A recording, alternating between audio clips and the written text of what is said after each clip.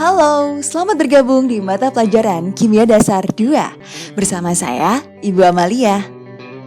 Video ini akan membahas tentang teori atom yang merupakan materi dasar yang harus kalian pelajari terlebih dahulu dan merupakan materi yang sangat penting. Mengapa demikian? Karena teori atom ini merupakan konsep dasar yang dapat mengantarkan kalian untuk bisa memahami lebih lanjut materi pembelajaran berikutnya, yaitu materi tentang struktur atom dan ikatan kimia. Istilah atom pertama kali diperkenalkan oleh seorang Yunani yang bernama Demokritus. Menurut Demokritus, atom itu berasal dari kata a yang berarti tidak dan tomos yang artinya terbagi. Maka, atom adalah suatu partikel terkecil yang sudah tidak dapat dibagi lagi. Namun, teori dari Demokritus ini belum disertai dengan eksperimen, baru sebatas teori saja. Maka dari itu, konsep tentang teori atom yang pertama kali diakui adalah teori atom yang dikemukakan oleh Dalton. Menurut Dalton, atom merupakan partikel terkecil suatu unsur yang mirip dengan bola pejal yang sudah tidak dapat dibagi lagi. Artinya bola pejal di sini yaitu bola yang padat. Dalam perkembangannya, tidak semua isi teori atom Dalton adalah benar. Perkembangan teori atom menyebutkan bahwa atom ternyata masih dapat dibagi lagi menjadi partikel yang lebih kecil yang disebut dengan partikel subatomik dan dikenal dengan elektron. Model atom yang demikian merupakan model atom yang dikemukakan oleh Thomson. Pada tahun 1898, J.J. Thomson membuat suatu model atom, di mana elektron yang bermuatan negatif tersebar dalam bola yang bermuatan positif, seperti model roti kismis.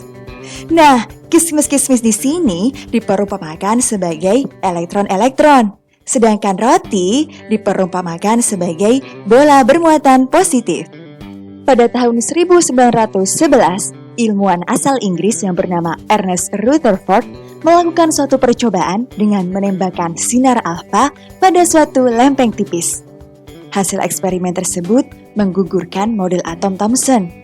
Sebagai gantinya, Rutherford mengajukan model atom inti di mana dalam atom yang sebagian besar merupakan ruang kosong terdapat inti yang padat pejal dan bermuatan positif yang disebut sebagai inti atom. Dan elektron-elektron yang bermuatan negatif yang mengitari inti atom, seperti halnya planet-planet yang mengelilingi matahari. Namun, para ilmuwan menyadari bahwa model atom Rutherford ini tidak stabil. Rutherford tidak dapat menjelaskan mengapa elektron yang bermuatan negatif tidak jatuh ke inti atom yang bermuatan positif. Menurut hukum fisika klasik dari Maxwell, dalam geraknya mengelilingi inti, elektron akan memancarkan energi, di mana lama-kelamaan energi elektron tersebut akan berkurang, sehingga jari-jari lintasannya akan mengecil dan berupa putaran berpilin yang mendekati inti, seperti gambar berikut ini. Dan akhirnya, elektron akan jatuh ke inti. Pada tahun 1913, Niels Bohr berhasil memperbaiki kelemahan model atom Rutherford tersebut dan mengemukakan model atom sebagai berikut. Setiap elektron dalam atom mengelilingi inti atom dalam lintasan tertentu yang stasioner yang disebut dengan orbit atau kulit, sehingga elektron tidak akan terjatuh ke inti atom.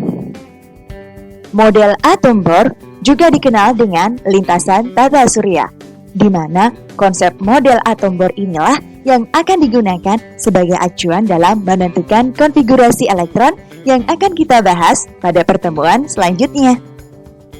Nah, itu tadi penjelasan mengenai teori atom. Semoga bermanfaat.